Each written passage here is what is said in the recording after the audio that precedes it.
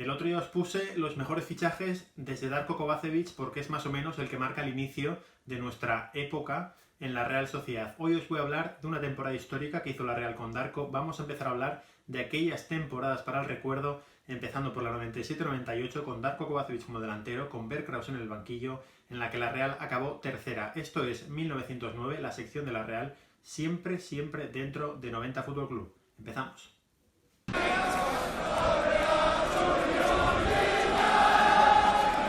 Desde que yo tengo constancia, la Real ha ido a Europa 4 veces. Sé que cuando yo era muy pequeño fue más de una vez, pero yo recuerdo 4. Una con Bert Kraus, otra con Reynald Denoué, otra con Philippe Montagnier y la última con Eusebio. Vamos a hablar de la primera, de la 97-98, la que consiguió con el técnico alemán en el banquillo, en la que la Real fue tercera, con un auténtico equipazo. Seguramente no lo recordéis, así que vamos a empezar a recordarlo por lo básico. Empezamos con los fichajes.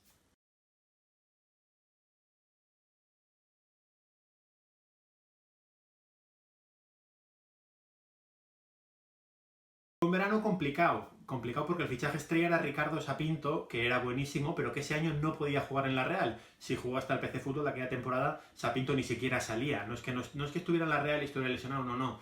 Sapinto, un hombre con mucho temperamento, llegó a la Real fichado por 3 años y el primero se lo pasó en blanco por pegar a su seleccionador. Siempre recordaré a Arthur Jorgel, el seleccionador de Portugal, porque Sapinto, no sé por qué, le pegó y no pudo jugar en la Real en su primer año. Además del portugués, llegaron, como estáis viendo, Didi Kubauer, Iker Sarriegi, Mikel Antía y subió del Sanse un canterano que haría carrera, Aitor López Recarte, que sería titular ya desde la primera jornada en una temporada, eso sí, os adelanto desde ya, marcada por la lesión de Agustín Aranzábal, que solo jugó la mitad de la temporada, una temporada en la que tampoco jugó mucho Íñigo Idiáquez, otro de los canteranos importantes de aquella generación. Como os he dicho, la lesión de Aranzábal marca mucho lo que es la temporada de la Real y eso hace que no haya un 11 tipo. La Real tuvo muchas lesiones en medio campo, llegó a jugar con Aranzábal también adelantado porque Aitor López Recarte lo estaba haciendo muy bien a banda cambiada, con lo cual en vez de un 11 tipo os voy a decir los hombres clave de aquel equipo, porque no hay un 11 inicial en el que encajen todas las piezas, porque por minutos jugados tanto Imaz como Gracia estaban en el 11 titular, junto a Cravioveanu, junto a Darko, junto a De Pedro, y no hay una manera en la que podamos encajarlos a todos, así que empezamos hablando por el hombre sobre el que se cimentaba el equipo, por los cimientos del equipo, Alberto López, el portero de Irún. Los números de Alberto es que los estáis viendo, jugó absolutamente todo, 38 partidos, Roberto Lave no jugó ni un solo minuto, recibió 37 goles, menos de un gol por partido, y luego os hablaré de un partido en enero en el que Alberto era el Zamora de la Liga, uno de los pilares básicos de la Real, que empezaba la alineación con él, seguía con Fuentes, Loren, Picabea y López Recarte, hablamos de Miguel Ángel Fuentes, luego fue presidente, alguno que quizá no le recuerde futbolista, le recordará como presidente, entonces lo jugó prácticamente todo, el lateral de Eibar. Una de las piezas clave, igual que Lorenzo Juarros, lo estáis viendo, uno de los ejes básicos de la zaga, hablo de Loren, también podría hablar de Picabea porque también lo jugaba absolutamente todo, y en la otra banda estaba Aitor López Recarte, que luego más adelante volvió a jugar con la Real a pierna cambiada, demostrando que podía jugar en ambos lados porque, recordemos, López Recarte le daba también bien con la izquierda, aunque es verdad que en la izquierda, en ese flanco, tiraba más hacia adentro para centrar con la derecha, que no dejaba de ser su pierna natural. Primera temporada en Primera División y los números los que veis, lo jugó prácticamente todo y marcó un golazo, que os voy a poner luego porque hablaremos de ese partido de Pucela, marcó un golazo espectacular. Seguimos con la medular, estáis viendo Juan Gómez. He puesto esa foto para que veáis que acabó siendo capitán de la Real. Se fue al Atlético de Madrid, él nunca quiso irse de la Real y es uno de los extranjeros más queridos por la afición de la Real porque el negro Gómez era buenísimo. Os pongo el dato, las amarillas y las rojas. Es que el negro Gómez repartía estopa a diestro y siniestro. Era tan bueno, tan superlativo físicamente que jugaba solo en la medular. Estaba Mil, estaba Gracia, estaba Andoni Imaz, pero lo normal era ver al negro Gómez como pivote único abarcando absolutamente todo el campo. No había jugado mucho con Irureta, pero explotó con Bert Kraus y demostró por qué venía siendo uno de los mejores pivotes defensivos que todavía quedaban en Sudamérica. Otra de las piezas claves de esta temporada y de muchas después, sobre todo en las que la Real luchó por no bajar, Javi de Pedro, uno de mis futbolistas favoritos, una zurda que no he vuelto a ver en Primera División. Era buenísimo, era internacional, daba las asistencias que Darko remataba casi siempre, y una cosa que se ha perdido en el fútbol, cuando el balón salía de banda y la Real sacaba cerca del área, la ponía en el área pequeña como si fuera un saque con el pie pero con la mano, algo que luego hacía Chori Castro en la Real y que echo mucho de menos un lateral, un central, alguien que saque así para rematar porque ya resulta que no se lleva. Y la otra parte de la ecuación, Darko Kovacevic, 17 goles, su primera gran temporada en la Real. Los marcó de todos los colores, la temporada empezó con él lesionado y eso quieras que no, cambió un poco los planes de Bert Kraus porque ya os voy a poner luego el 11 con el que debutó la Real en el Camp Nou. Otra pieza clave, siempre es bueno tener además de un delantero titular, un delantero suplente enchufado y eso en la Real, ¿sabéis qué significa? Decir Óscar de Paula, 6 goles desde el banquillo, salió un día en Oviedo titular, marcó 2 en 22-25 minutos. Óscar de Paula aseguraba gol. Cuando había un balón suelto en el área, ¿quién lo iba a meter? Raúl, Juanmi, esos son más actuales. Óscar de Paula lo hacía siempre. Era buenísimo, era el revulsivo perfecto para la Real. Acabó llevando el 9, luego se lo cedió a Darko para recuperar el 21. Óscar de Paula era un delantero que me encantaba porque salía en el 75, la Real colgaba 3 balones y es que los remataba prácticamente todos y metía goles de todos los colores.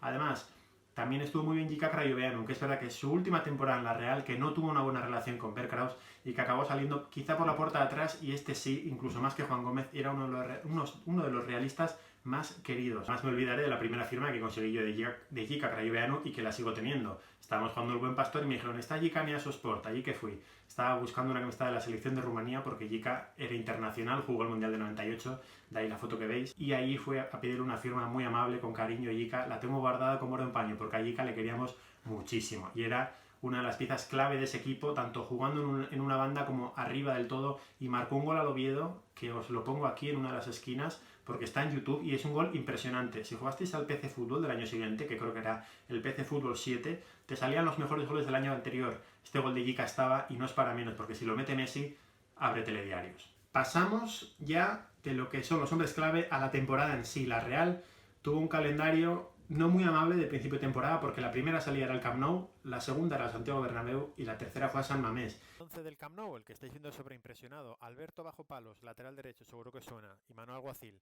Loren y Picabea en la defensa y en la banda izquierda un hombre que debutaba, Aitor López Recarte, doble pivote para Juan Gómez y para Andoni Imaz. En una banda estaba Didi Kubauer, en la otra Javi de Pedro y arriba Íñigo Idiáquez, que no jugó mucho con Bert Kraus, y sobre todo la novedad de Rubén Vega ante la baja de Darko Kovacevic. Más allá de eso, la Real seguía perdiendo fuera, pero lo hacía bien en casa. Le tocó ir a San Mamés, en San Mamés no perdió. Después de 2 derrotas fuera de casa, le tocaba por lo menos empatar. Lo hizo con un penalti de Jika Crayoveanu, le hicieron un penalti como un piano a Loren. Os lo pongo aquí arriba porque también está en YouTube. Después del Bernabéu estuvo la Real 17 jornadas sin perder. Se dice fácil, pero no es para nada. Es casi una vuelta entera y con unos resultados para la historia, como el 0-5 en Oviedo. Os pongo el resumen, porque ese partido lo recuerdo. La Real con pantalón azul, Darko fue suplente, marcó 2 goles de Paula, marcó un golazo y Idiáquez en la primera parte y volvió Aranzábal, que creo que debutaba esa temporada con la Real y dio una asistencia, además de estar involucrado en la jugada del penalti. Darko metió un buen gol al final. Además del resultado de Oviedo, la Real jugó los partidos de Copa contra el Jerez y contra el Burgos y les eliminó. No vino la Realada, se eliminó más adelante ante un Primera División, con lo cual da más igual. Llegado enero, jornada 20 contra el Barça, me acuerdo perfectamente. Sería a las 7:30 de la tarde, que era cuando se jugaba el partido de Canal Plus y lo emitían por Canal Plus. Se puso 0-1 el Barça con gol de Luis Enrique después de un error de Alberto y me acuerdo perfectamente de una falta de Rivaldo con 0-1 para el Barça que la clava y Alberto hace esto, la deja pasar. Y yo delante de la tele como un niño gritando, pero ¿qué hacía? ¿Qué hacía? Era libre indirecto, Alberto estuvo muy listo, evitó el 0-2 ahí, pero no pudo evitarlo después, lo metió Sonny Anderson.